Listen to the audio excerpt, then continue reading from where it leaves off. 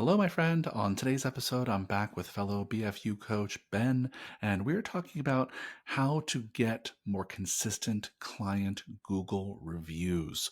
Google reviews are so critical to your ability to show up on search, and mostly I always talk to gyms all the time who are just not good at consistently getting those Google reviews. And so we talk about why it matters. And if you stick around to the end of the episode, I'll teach you how to get access to our Google reviews script to be able to ask more effectively and efficiently for those Google reviews. So stick around to the end. We'll give you that fun tool. But if you want to level up your ability to get client reviews, keep on listening, my friend. It's a great episode for you.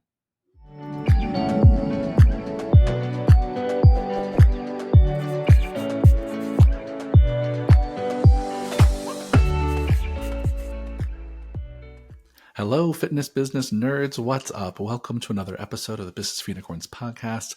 And today I'm back again with Ben. What's up, my friend? How are you? Hello, I'm great. Thanks for having me. How's your 2024 going so far? Honestly, it's going amazing. Yeah. I mean, just before this call, you were talking about how business is good and you're feeling good. So congrats. Any tips to the new year for our listeners? Yeah, it's been 3 years figuring out what you needed a manager, hire a headhunter to find the right person, and then train the shit out of that person and support them to the end of your days. Simple. Well, we'll circle back another podcast and tease that out a little bit more.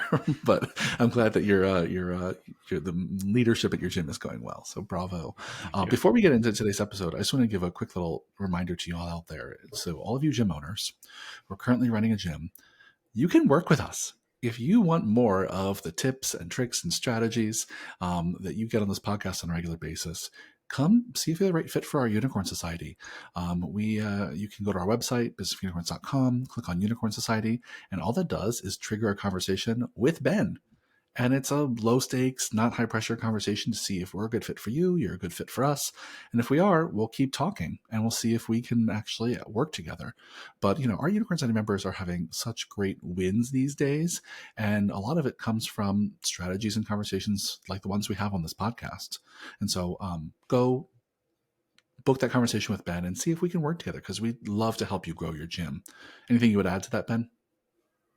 Yeah, the call legitimately is a no pressure call. If we're the right fit, I'll tell you why I think so and what's included and how we could work together. And if we're not the good fit for right now or forever, I'll tell you that. Make sure that you still walk away with a few next steps. Like it's one of the highlights of my days is doing these calls. And I would love to talk to more people who are interested in making an impact in their community. Yeah, I love that. Come talk to us. Ben's not scary, and you'll always walk into the conversation with some value. So hope to hear from you soon. Let's dive into today's topic, which is our client reviews playbook. So as you all know, we have a playbook for our Unicorn Society members, and one of the things that one of the playbooks in there is one for how to get client reviews.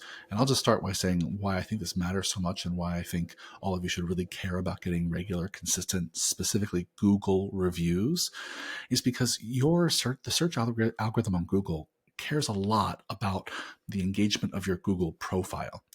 Right? If your Google profile is consistently getting more reviews, if your Google profile has regular pictures added to it, if your Google profile has your business address and website, everything up to date, right? If your Google profile is active and actively managed, Google cares about that, and you will perform better in search because of it. And reviews weigh really heavily in how well you show up in Google search. So getting regular, high quality, hopefully 5-star reviews is really critical. What else would you add to this, Ben? Why else is client reviews really important? Aside from everything you mentioned with it going deeper into the SEO stuff, I find it to be a really valuable way to remind yourself and your team how good a job you're doing, especially when you might be having some clients who might be pushing some of your buttons. Yeah. And they can be really frustrating. And I know what it feels like when you've got, let's just say for easy math, say 100 clients and one person is unhappy because they're speaking the loudest. We're like, oh my God, we're failing our community. Like we need to overhaul this business. We are the worst. And when you're getting a consistent-ish flow of positive reviews, it's a really good reminder of the impact you're making in people's lives. And like, I just find it incredibly motivating, particularly if you're in sales. Yeah, 100%. I'll add 2 more. That regular reviews are a primary way that people decide whether or not to even reach out to you. right? So when you're trying to generate more leads, I don't work with hardly any business these days where I don't go and check the reviews first, or buy any product where I'm not checking the reviews first. So you gotta have really good reviews. It's really critical. And the other thing I'll say is that asking people to give you a positive review in the first, a few weeks of them engaging with you helps also reinforce for them their purchase decision, right? So we all know that people often regret spending big amounts of money, like the amount they spend on gyms. And you can combat that kind of buyer's remorse by getting them to connect with and tell a story about their wins over the first few weeks. So a well-timed client review ask can also be beneficial to the client to help them feel good about their purchase. Yeah, and often it's common we hear that, oh, well, we need to get them to their goals, so then they'll write us the review. And it's like, it's Yeah. too soon to ask if it's 2 weeks in. It's like, Mhm. well, I don't know, maybe, but Yeah. also maybe not. And it's exactly as you said, it's going to be a tool to help them, reminding they're engaging in the process. And as long as they stay with you, they're going to get to their goals. So the Yeah. more things that stay with them, the more likely they're to succeed. Yeah, and I'm happy, especially for a place like MFF. I'm happy to have a million reviews that just say, "I just finished my first 2 weeks. I feel welcomed. I feel like I'm making new friends. I'm trying new things. I've shown up more in the last 2 weeks than I have in the last 3 months." Right? Like I'm happy for the review to be about, "I'm off to a great start." Because so often that's what people who are reading these reviews care about, especially for MFF. Some of you might have a different avatar, but for us, the biggest barrier for our clients is just walking in the door, just showing up. So reviews do not need to be about, "I've been here for 5 years and I've lost 50 pounds," or "I've been here for 3 years and I can deadlift 3 times my body weight." Like those are nice and those will come as well, but it's also okay to have reviews that are about, "Just finished my first week." That's also valuable to some readers. Yeah.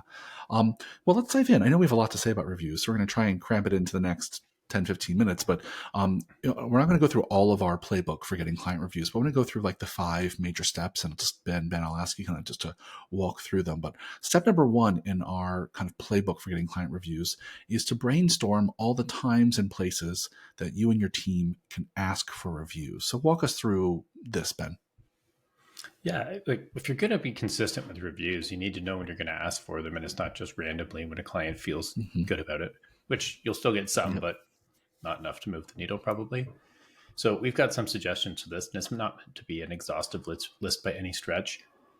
But at point of sale, particularly at conversion from a low barrier offer or trial to a membership, it's very likely if they're going to continue and spend more money with you, they're very happy. Ask them to write you a review.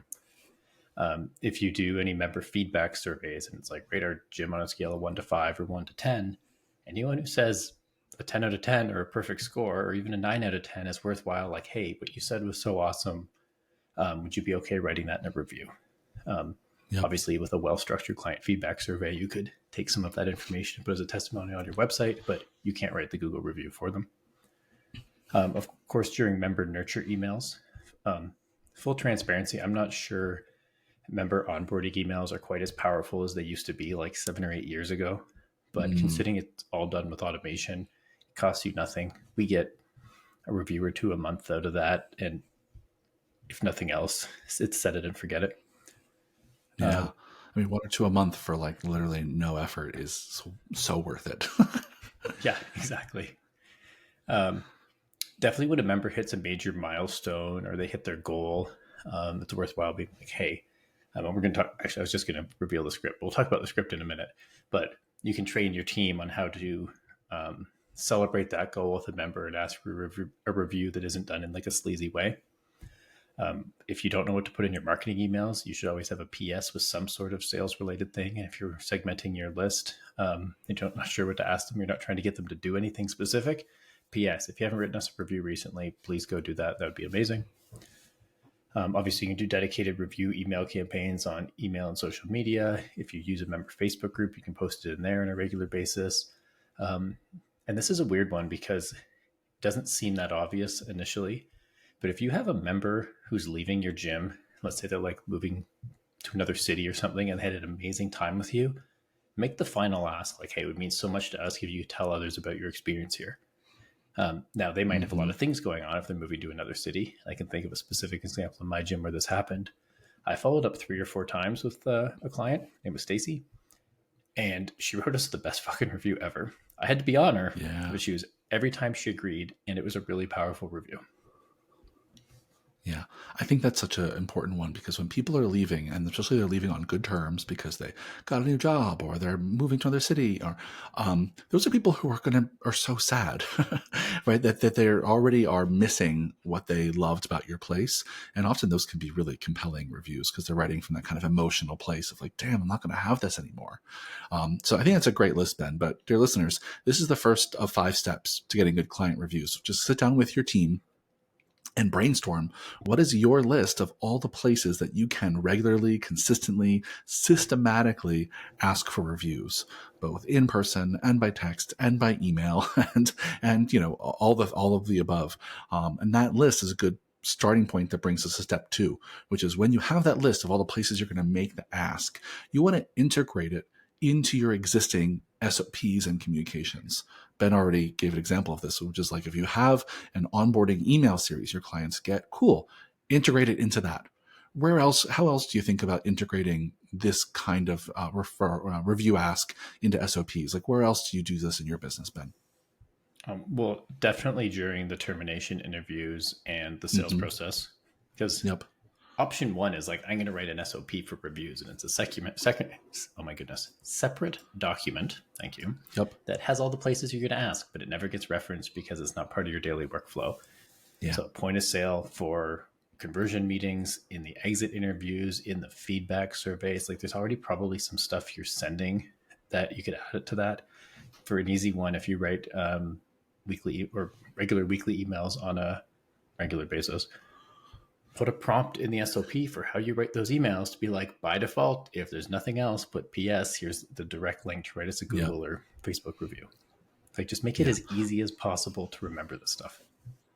100%. Because here's the thing: is there's a lot of kind of spontaneous reasons to ask for a review, right? When someone hits a PR or someone has some other win on the training floor, or you get the idea. Those are all things you can't really predict, right? But your team should be trained up, and we'll talk about that in a second about asking for those. But there are plenty of things that you do systematically with your clients: the onboarding, sending them feedback surveys, exit interviews, all the ones Ben mentioned. So when you do have a systematic thing you do repeatedly for every client always, those are the systems you want to embed this review ask in, right? And those are the things that are going to happen every single time for every client, come hell or high water. And then on top of that, we'll talk more about it. There are going to be those things that are spontaneous, that are driven by behavior, or driven by a situation or a moment. And those are not going to be as systemized. You're going to practice them, as we'll talk about, but those are less systemized. But this step 2 is really about integrating in all the places you can regular, consistent, automated reminders or communications to ask for reviews. It's got to be embedded in as much as it can be. Awesome. So that's step 2. Step 3, this is where we talk about all the in-person ones. So for step 3, you're creating a script for how you and your team actually make a verbal ask face-to-face, in person, or this could be over the phone if we're talking about it over a consultation or something. This is the moment where you actually script out with talking points how you make the ask. So kind of talk us briefly, we could spend the whole podcast on this, Ben, but talk us through what matters here when you're scripting this out. What matters here when you're scripting this out? I'd say the most important thing is to make sure that your celebration of that client win isn't undercut by the review ask. It's still Mm-hmm. about them. It has to be Mm-hmm. genuine. It has to be from the heart. Because it can kind of ruin that moment. Be like, great job with that thing, Michael. Can you write a review for me? And it's like, Yeah, you're totally. going to be like, is this person agenda my happiness, or is their agenda they need another client, or they're going to go out of fucking business? Yeah. So it needs to be in a way where it's really celebrating with them. And we'll talk about that script in a second. I think the other part is making sure that it's relatively easy for your team to follow. So if you're anything like me and you have a natural tendency to make things potentially a little bit overcomplicated, please fight that tendency for the benefit of your team and your business, and try to keep it as simple as possible in a way that your team can also make it their own. If you make them memorize every word and they're not good at like delivering speeches in a high school, they're probably going to have an equal delivery of this. But if you can create a framework for them, make sure they keep it genuine, and then allow them to make it their own. Like as long as they say it in alignment with the values, and it's getting to the outcome you want, the actual words don't matter tremendously. But at the Yeah. same time, still give them some prompts for those words. Yeah, 100%. I think the other thing that I think really matters here when you're making a script here for how and when your team asks for client reviews, it's important to include both the when and the how. Right. So this is when a client has a win, or a client mentions a friend, or a client gets a new job. Right. There's examples of the when it's appropriate moment, ideal moment to ask for a review, and then the what do you say in that moment. So I think when you're making this standard for your team, you got to include what are the triggers, when are the moments where they should be like, oh, this is an opportunity to ask for a client review, and then in that moment, what do I say? How do I seize the moment and the opportunity without squashing, as Ben said, our authentic celebration of them, if that's what we're celebrating. So I think that's the next step here. And I know for many of you listeners, you and your teams shy away from the idea of creating scripts.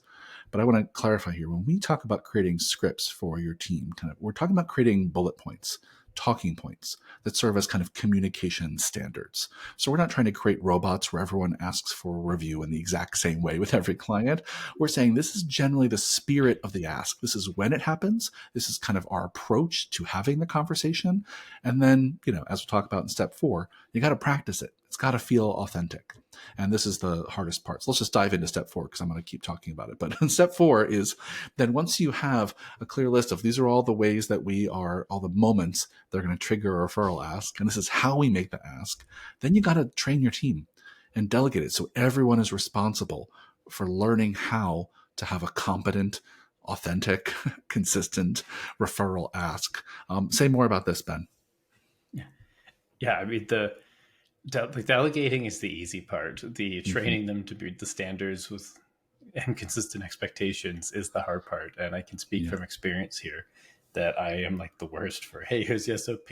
You good? All right. Like it doesn't go quite that simple, but like everyone read it. Do you have any questions? Great. It's now a system. Yeah. I think it's a system. They don't think it's a system. Yep. So it's an example of how you could do this. Right now, my GM is spending 30 minutes in the team meeting every single week with the coaches, and they are role playing different scripts, testimonials, reviews, all that type of stuff. And she's then assigning them action steps. And at the next meeting, she's talking about those action steps and assigning the next step. So we're spending as a team 2 hours a month role playing stuff, which actually, as I say it out loud, doesn't sound like that much time, but it's been Yeah. instrumental in helping. Our retention's gone up, everything is getting better because we're allocating that time to do it. 2 hours is way more than 0 hours. Yeah, that's true. Just like it's so much more, right? From zero time spent on these kind of communication practices to 2 hours. I mean, that's a lot, and I think it's a really great start just to, as an example of like just carve out a little bit of time in every team meeting to practice having some of these conversations that are so important to the business, but maybe not natural for everyone to have. And I think asking for client reviews, just like asking for testimonials or asking for a referral or asking for an upsell or asking for a renewal. Like all of these are such critical conversations that often happen between trainers and clients. And most trainers suck at it. Most trainers suck at it because they don't know what the strategy is. They haven't been asked to practice. They haven't been given a standard. And so I think, Ben, your point here of just like use team meetings to practice, I think it's brilliant. It's a great place to start. I'll just add one onto that. I'll yes and say, yeah, and one-on-one meetings. So team meetings where you can collectively practice, but even one-on-one meetings where you're just sitting down and one-on-oneing with each of your trainers, spend 5 minutes, 10 minutes practicing those conversations together and give them direct feedback in the moment. Yeah, Every minute you practice, I think goes a long way to improving your outcomes here. that's a great point because even 5 or 10 minutes out of a team meeting for a script that's like 15 to 20 seconds to say, you'd be able Yes. to get half a dozen reps in, no problem at Yes. all with feedback. Yeah, asking a client for review is not a 30-minute conversation. It's a 20-second ask, like max, right? And so you can practice a lot in a few minutes. Cool. So that's step 4, which is like really delegate this to your team, train them up, and then kind of our final step here Well, is to then like should we give them the script? Oh, sure. You want to, let's do that. So, we have a script, an example. You mean like actually give them access to it? Well, I mean, like just do it once, let's talk it through once and Oh, yeah, see what you and that looks me. like in Okay, real great. life. Yeah. Yeah, I'm the client. Let's just say that I just did a great kind of PR because I'm so strong, and I just did like my first. Let's just say it's my first pull up, my first pull up. All right. Hey, Michael, great job on that PR. I can't believe you just hit your first pull up. I remember 6 months ago when you said this is the thing that you really wanted to do, but it was kind of a stretch goal. And I know you've got that bum shoulder from that sport you played way back when, because I know you're so sports inclined. Yeah, I it just was wanted to baseball say, like, for years. I never thought I could do a pull up again after swinging all those bats. yeah, incredible. And that just really speaks to the consistency and effort you put in here. I just wanted to ask, there's probably a lot of people out there who want to get stronger but have some nagging aches and pains from previous injuries and don't realize that they can get to their goals with an approach like ours. Would you be comfortable writing a Google review to share your experience and inspire some other people just like you? Yeah, I'm happy to share. I mean, I honestly didn't think I was going to be able to do what I did today, and so I would love to share that. Like, I came in here as like a broken athlete, and now I'm able to kind of feel strong again. So yeah, I'm happy to share. Like, how do I do it? Well, why don't I shoot you a text and an email as soon as the session is done? I'll give you the exact link to Google, and all you have to do is click on that link and pretty much just tell me the honest truth. Okay, awesome. I'm happy to do it. Thanks, Ben. And pro tip, if you're open to it, um, just copy and paste the same thing you wrote in Google into Facebook because both are really important to us as a small business. Is that okay? Yeah, I can totally do that. I might like need a reminder, but like that makes sense.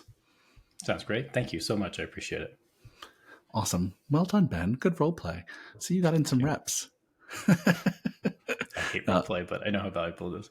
Yeah, listen, it's just a little practice, and just getting your trainers to do that a few times makes a big difference. Ben seemed natural to me. It seems like I didn't feel like my celebration of my pull-ups was diminished, and I was happy to do it because I'm riding on the high of having some success here. And so, yeah, thanks for doing that. I'll also say that we have a client review SOP that we actually are happy to give you all access to. So if you want to go over to Instagram and DM us just the word review, we'll send you a link to our client review SOP, which has a little bit of our talking points and scripts in it. And you all can find a way to make it your own. But I think it's a really valuable tool. So we're happy to give it to you again. Just go over to Instagram, DM us review, the word review, and then we'll send you back over the link for our client review SOP so you can make it your own. Let's dive in the last final step here.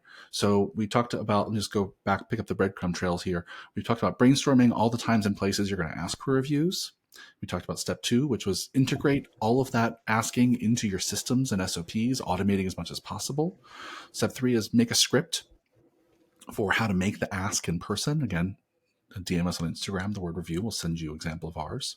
Step 4 is train and delegate your team. Make sure your team is practiced, role play in team meetings, one-on-one meetings. Make sure they're good at making the ask. And then step 5 is really about running a review campaign. So once in a while, we think maybe once or twice a year, you want to run a review campaign to get excitement going about Google reviews and maybe provide some incentives to your clients to do it. So what are some examples of incentives you might do, Ben? Yeah, well, I've got two specific ones that come to mind. The first one is from Halen. Shout out to Halen. You're the fucking Yeah. man. Shout out, He runs Halen. this play, and it's so effective. I can't remember the numbers, but it's like mind blowing amounts of reviews for like a 2 week period. If you write a Google or Facebook review, each review counts as an entry in the ballot box, and you win like a super fancy bottle of wine, and that Mm, fits. So the the learn here isn't don't do the wine thing. That works with his clientele because it's primarily people 50 plus, yep. but it's like a bottle that they wouldn't buy for themselves normally, like $100. And I can't remember the numbers, but he must get 20 or 30 reviews every time he does this. And he does it like once or twice a year. Wow. So offer them something that your ideal client would really want. Yep. It's not crazy expensive. Incentivize it, put all your marketing efforts behind it. Your coaches talk about it in the sessions. You have like a QR code at your front desk for them to scan. It's in your emails with a link to it. Make it as easy as possible. And you'll get a huge surge of reviews. Honestly, if that's Yeah. like the only thing you did, that would probably be pretty That close might to be all enough. you need, honestly. Find your version of a bottle of wine, right? It might be tickets to a sporting event. It might be an iPad, right? Like it depends on how baller you want to go here, right? But I mean, anything that your client really would value and using that as incentive to give some reviews, I think it's really so smart. Any others you wanted to mention? Yeah, this one is it's not fitness related, but it just happened to me personally because I wrote a Oh review. yeah. So I bought a sawmill a few months ago to like cut down a tree, you mill it into boards, outdoorsy shit. And I got an email from them saying, hey, if you want to write us a review and if you include a photo of your thing in action, we'll send you a free hat. And I'm like, Mm, I could use a hat when I'm sawmilling. It's not this hat, but I got this kick ass free sawmill hat for, I don't know, something I would have said anyways, because the sawmill is amazing. I'm enthusiastic about it. But it was a really just like, do this thing and we'll give you a free yep. thing. Now, sawmill costs a lot more than the gym membership, so you may not want Yeah. to give out 100 free hats. But there's a version there that'll probably work really well. But it wasn't even like a specific, like it wasn't even that fancy. It's a hat. I can Yep. afford a hat. They sell the same hats online. I was just like, ooh, free hat. I'm tempted. Click the button. Totally. Totally. That's amazing. I think it's a great example of like keep it simple, but once in a while, I think it's great to incentivize your clients. And that's step 5 is to provide some incentive once in a while to make those referral asks. And I think if you follow those 5 steps on a regular basis, you're going to get more referrals. And there's a lot of gyms in Unicorn Society whose primary lead generation strategy is referrals. They're just really good at asking it all the times in multiple ways. There's a whole nother episode we can do about other ways to drive referrals that I won't get into here. But you can also invite your clients to invite their friends in to events, host a workshop, host a party, host a wine tasting for your clients, and let them bring their friends, their coworkers, their family. So not every ask needs to be give me someone's name and phone number. The referral ask can also be invite all your friends and family to this barbecue or to this workshop on low back pain or to this workshop on pickleball technique, whatever it is that your clients care about. That's also a way to drive referrals, is to get them to come into things that you're hosting. So I'll do another podcast about that because I think that's really an important one. But this is a great conversation, Ben. Thank you so much. A reminder to all of you that if you go over to Instagram, DM us the word review, we'll send you over a link to our client review SOP, which I think is really valuable and will help you kickstart this process. Yeah, Thanks as always for a great conversation, my friend. And we'll talk again soon. thank you. Talk soon.